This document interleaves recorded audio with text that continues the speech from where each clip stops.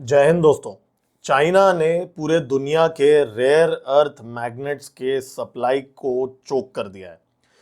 इसमें भारत के लिए एक बहुत बड़ा स्ट्रेटेजिक रिस्क सामने आ गया है, लेकिन रिस्क के साथ एक बहुत बड़ा अपॉर्चुनिटी भी खुल गया है भारत के लिए वर्ल्ड का रेयर अर्थ लीडर बनने के लिए। कि भारत के पास 1345 करोड़ का एक मास्टर प्लान है अपने रेयर अर्थ मिनरल्स को मोनेटाइज करके यूटिलाइज करके कैसे पूरे दुनिया में रेयर अर्थ के ग्लोबल सप्लाई चेन के एक महत्वपूर्ण अंग बनने के लिए, एक लीडर बनने के लिए भारत क्या क्या कर रहा है। दोस्तों, इस वीडियो में हम ये सारी चीज़ों के बारे में बात करेंगे और चाइना ने क्या गंदी चाल खेली है उसके बारे में भी हम बात करेंगे इस वीडियो में। दोस्तों, मेरा नाम है गिरीश और आप देख रहे हैं जियोपॉलिटिक्स। चलिए स्टार्ट करते हैं। रेयर अर्थ मैग्नेट्स जो हैं ये आपके electric cars, vehicles, smartphones, wind turbines, different technology में काफ़ी हद तक यूज होते हैं। चाइना 90%, जी हाँ 90% of global supply chain control करता है रेयर अर्थ मिनरल्स का। यहाँ पे चाइना बहुत सारे जो 7 मेन रेयर अर्थ मिनरल्स हैं, समारियम, गडोलिनियम और ऐसे और बहुत सारे रेयर अर्थ एलिमेंट्स हैं जो मैग्नेट्स बनाने के लिए इस्तेमाल किए जाते हैं, उन चीज़ों को चाइना कंट्रोल करता है। लेकिन चाइना को शायद इस बात का पूरी तरीके से अंदाजा नहीं है कि भारत के पास पूरे दुनिया का 5th largest rare earth reserves है। जी हाँ, और ये ऑफिशियल नंबर के मुताबिक है। अगर हम एक्चुअल नंबर्स, जो सीक्रेट नंबर्स हैं जो भारत ने पब्लिकली डिस्क्लोज नहीं किया, अगर उसकी बात करें तो शायद भारत 3rd नंबर पे भी हो सकता है। लेकिन खैर, पब्लिकली अनाउंस नंबर में भारत के पास 5th largest rare earth reserves हैं। अब जो चाइना ने लेटेस्ट जो हरकत की है रेयर अर्थ मैग्नेट्स की पाबंदी लगाने के लिए, ये उसने इस टाइम पे किया है जब चाइना भारत से अपने जो स्किल्ड इंजीनियर्स हैं वो अपने फैक्ट्रीज से, फॉक्सकॉन की फैक्ट्री से पुल आउट कर रहा था, hundreds of engineers. China Bharat के को जो फर्टिलाइजर्स वगैरह जो सप्लाई कर रहा था उस पर भी पाबंदी लगा रहा है। भारत को एपीआईज वगैरह जो सप्लाई कर रहा है उस पर भी पाबंदी लगा रहा है। तो चाइना अपना जो असली रूप है वो आजकल दिखाने लगा। 2024 में भारत ने जितने भी रेयर अर्थ मैग्नेट्स इंपोर्ट किए थे उनमें से 80%, जी हाँ 540 टन, 80% जो है वो चाइना से आए थे। और चाइना के जो एक्सपोर्ट रिस्ट्रिक्शंस के वजह से भारत को एक बहुत बड़ा यहाँ पे टेम्पररी धक्का लगा है। चाइना 90% मार्केट कंट्रोल करता है मैग्नेट प्रोसेसिंग का और ग्लोबल माइनिंग का 70% सप्लाई चेन भी कंट्रोल करता है। तो यूएस और चाइना के ट्रेड वॉर के अंदर भारत यहाँ पे बेनिफिट हो सकता है। और चाइना का जो माइनिंग शेयर जो है पूरे दुनिया का वो 2030 तक 50% ड्रॉप हो सकता है। जी हाँ, क्योंकि बहुत सारे देश, खास करके यूएस और यूरोप के बहुत सारे देश खुद अब रेयर अर्थ माइनिंग करने की कोशिश कर रहे हैं। अगर अब वो सारे देश और भारत मिलके अगर कामयाब हो जाते हैं तो 2030 तक चाइना का जो अभी का जो मार्केट शेयर है रेयर अर्थ मिनरल्स का वो कम हो जाएगा। देखिए, अप्रैल के महीने में ट्रंप ने टैरिफ लगा दिए थे बड़े बड़े चाइना के ऊपर और वेस्टर्न कंट्रीज को बोला था ट्रंप ने कि भाई आप लोग चाइना को वो कंपोनेंट सप्लाई मत करो जो चाइना चिप्स बनाने में यूज करता है। मतलब जो सेमीकंडक्टर चिप्स बनाने के लिए चाइना जो यूज करता है उसके वो बनाने के लिए जो कंपोनेंट्स की जरूरत है वो कंपोनेंट्स आप सप्लाई मत करो, ऐसा डोनाल्ड ट्रंप ने पाबंदी लगाया था पूरे दुनिया के देशों के ऊपर। तो इसके रिटेलिएशन में जी जिनपिंग ने क्या किया, उसने भाई अपना जो हुक्म का इक्खा सीधा निकाल दिया। रेयर अर्थ एलिमेंट्स और मिनरल्स के ऊपर पाबंदी लगा दी और एंड यूज डिस्क्लोजर्स करने के लिए कहा जी जिनपिंग ने कि भाई कोई भी देश मतलब इनडायरेक्टली भी यूएस को एक्सपोर्ट नहीं कर सकता। मतलब चाइना तो एक्सपोर्ट कर ही नहीं रहा है लेकिन किसी और को भी एक्सपोर्ट करने नहीं दे रहा है, मतलब री एक्सपोर्ट्स भी अलाउ नहीं कर रहा है चाइना। तो इस तरह का कुछ रिटेलिएशन जी जिनपिंग ने किया। इसके वजह से सिर्फ यूएस ही नहीं बल्कि भारत भी इंपैक्ट हुआ है। भारत के जो इंपोर्टर्स हैं अभी फिलहाल 40 से लेके 45 दिन के डिलेस एक्सपीरियंस कर रहे हैं। 1000 में से लाइसेंसेस में से सिर्फ 98 एप्लीकेशंस अप्रूव किए हैं चाइना ने पिछले कुछ महीनों के अंदर भारत को। तो ऑलमोस्ट भारत का जो मैग्नेट्स का सप्लाई चेन है इस समय थोड़ा सा चोक हो चुका है। मारुति सुजुकी, टाटा मोटर्स और बजाज ऑटो ने अपने स्टेटमेंट्स में ये बोल भी दिया है कि उनके जो प्रोडक्शन डिलेज जो हैं वो 2 to 6 मंथ्स, जी हाँ 2 to 6 मंथ्स के प्रोडक्शन डिलेज वहां पे हो रहे हैं। और इलेक्ट्रिक व्हीकल्स और जो बाकी व्हीकल्स भी हैं उनके प्राइजेस जो हैं 5 से 8% इंक्रीज होने वाला है, 5 to 8% इंक्रीज होने वाला है, ऐसा भारत के टॉप ऑटोमोबाइल मैन्युफैक्चरर्स ने बोल दिया। क्योंकि देखिए, आप अगर गाड़ी वाड़ी ले रहे हैं आजकल, तो उसमें जो इंफोटेनमेंट सिस्टम होता है, जो भी चिप्स वगैरह लगे होते हैं, उसके लिए चाइना के पार्ट्स की ज़रूरत होती है, लेकिन मैग्नेट्स की भी ज़रूरत होती है। तो वो यहाँ पे इशू हो चुका है। हमारे जो डिफेंस एंड टेक सेक्टर्स हैं वो भी रिस्क में हैं। भारत का जो नेट ज़ीरो गोल है 2070 का, वो भी अभी रिस्क में आ चुका है। और 500 गीगावाट्स का रिन्यूएबल एनर्जी टारगेट जो 2030 का भारत का है, वो भी अभी फिलहाल थ्रेट पे आ चुका है इसके वजह से। लेकिन अब हम आते हैं कि भाई भारत के पास कौन सा हुक्म का इक्का है, उसके बारे में हम अभी बात करते हैं। देखिए, भारत के पास, जैसे मैंने कहा, 5th largest rare earth reserves है, 6.9 मिलियन टन्स का भारत के पास रिजर्व्स है। और केरला, तमिलनाडु, आंध्र प्रदेश, उड़ीसा में तो है ही, लेकिन जम्मू एंड कश्मीर के अंदर भी अभी निकल चुका है। देखिए, अभी रिसेंटली अगर मैं बात करूं, मात्र जम्मू एंड कश्मीर के अंदर, खास करके जम्मू के अंदर, भारत को बहुत ज़्यादा रेयर अर्थ मिनरल्स मिले थे पिछले साल। लेकिन अगर हम रिजर्व्स में, अगर खास करके नियोडाइनियम, प्रेसियोडाइनियम और अदर क्रिटिकल एलिमेंट्स की अगर हम बात करें जो मैग्नेट्स में लगते हैं, तो उसका भी भारत के पास बहुत ज़्यादा सप्लाई है इस समय। लेकिन सिर्फ सप्लाई से काम नहीं चलेगा। रेयर अर्थ मिनरल्स की प्रोसेसिंग जो है वो काफ़ी सोफिस्टिकेटेड होती है और काफ़ी डिफिकल्ट होती है।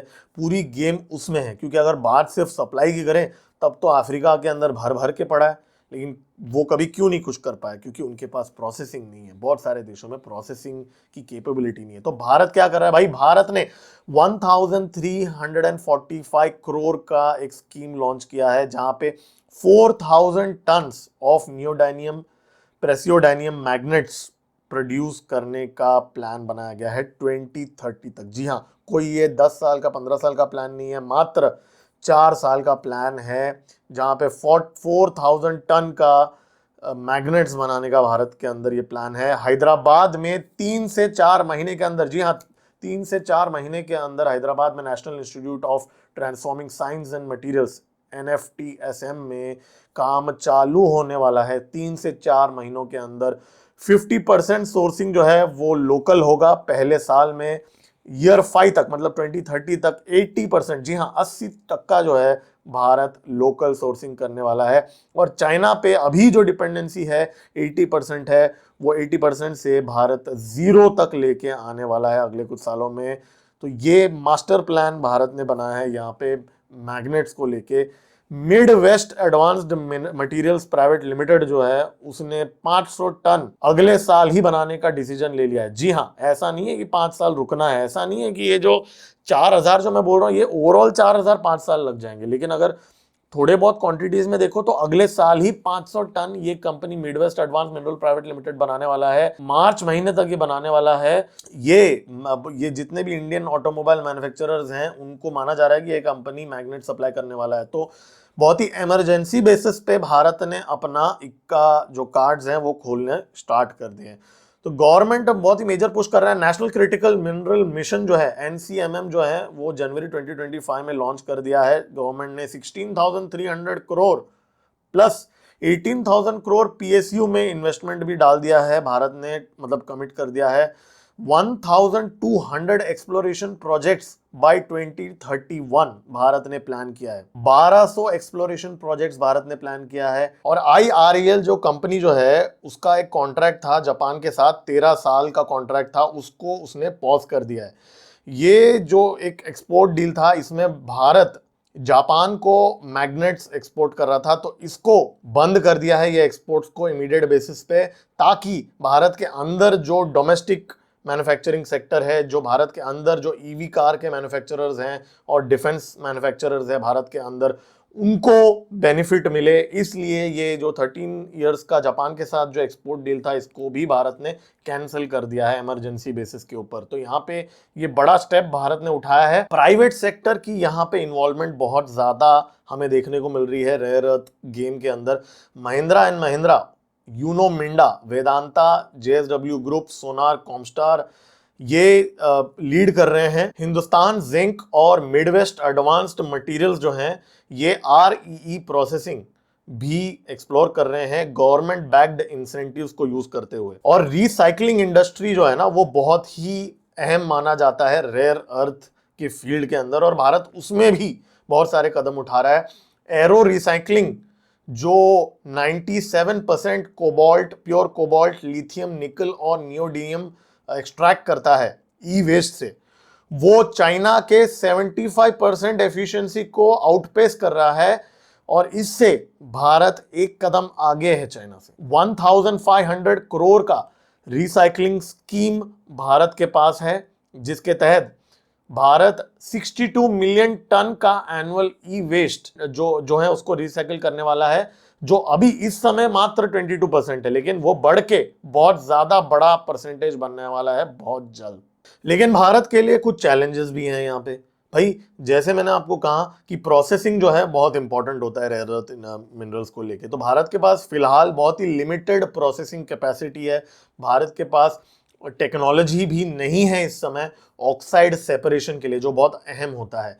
मेटल रिफाइनिंग के लिए भी भारत के पास टेक्नोलॉजी नहीं है। मैग्नेट प्रोडक्शन को लेके भी बहुत ही कम कंपनीज ये फील्ड के अंदर हैं। तो पूरे ग्लोबल के REE रेयर अर्थ के जो आउटपुट के अंदर भारत का भी कंट्रीब्यूशन मात्र 1% है। तो भारत को बहुत ज्यादा कैचअप करना पड़ेगा। मोनाजाइट का रेडियो एक्टिव थोरियम जो है वो प्राइवेट माइनिंग को रिस्ट्रिक्ट करता है एटॉमिक एनर्जी एक्ट 1962 के तहत।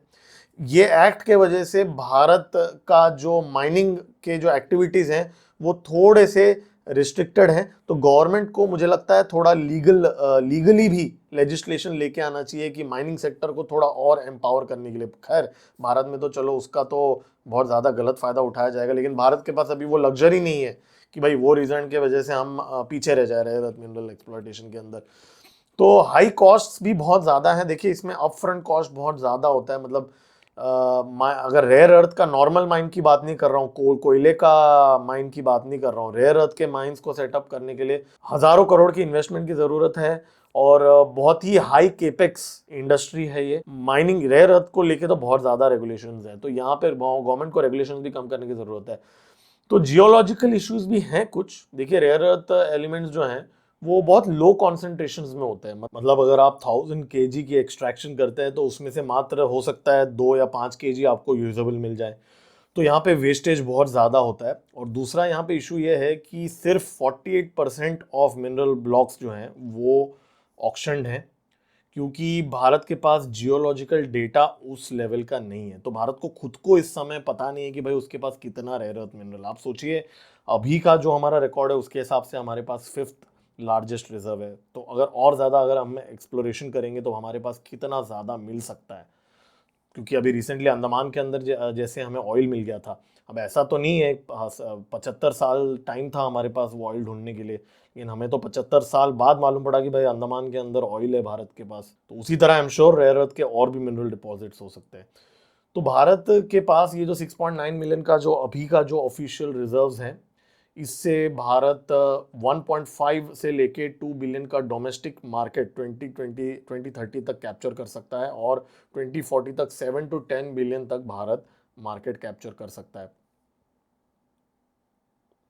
ग्लोबल डिमांड जो है रेयर अर्थ मिनरल्स के लिए 500% सर्ज होने वाला है अगले 25 सालों के अंदर, ऐसा माना जा रहा है। और ऐसा नहीं है कि भारत अकेले ही काम कर रहा है, भारत फॉरेन कंट्रीज के साथ भी काम कर रहा है। भारत ऑस्ट्रेलिया के साथ एक डील कर चुका है, क्रिटिकल मिनरल्स पार्टनरशिप। 2022 में ये पार्टनरशिप किया था। को प्रोसेसिंग और टेक ट्रांसफर्स की भी यहाँ पे एग्रीमेंट हुई थी, जहाँ पे भारत की कंपनीज ऑस्ट्रेलियन माइंस में इन्वेस्ट कर रही हैं इस समय। क्वाड, पर्टिकुलरली क्वाड भी बातें कर रहा है। हालांकि क्वाड तो सिर्फ बातें ही करता है, काम तो नहीं कर रहा, लेकिन बात तो एटलीस्ट कर रहा है इसको लेके।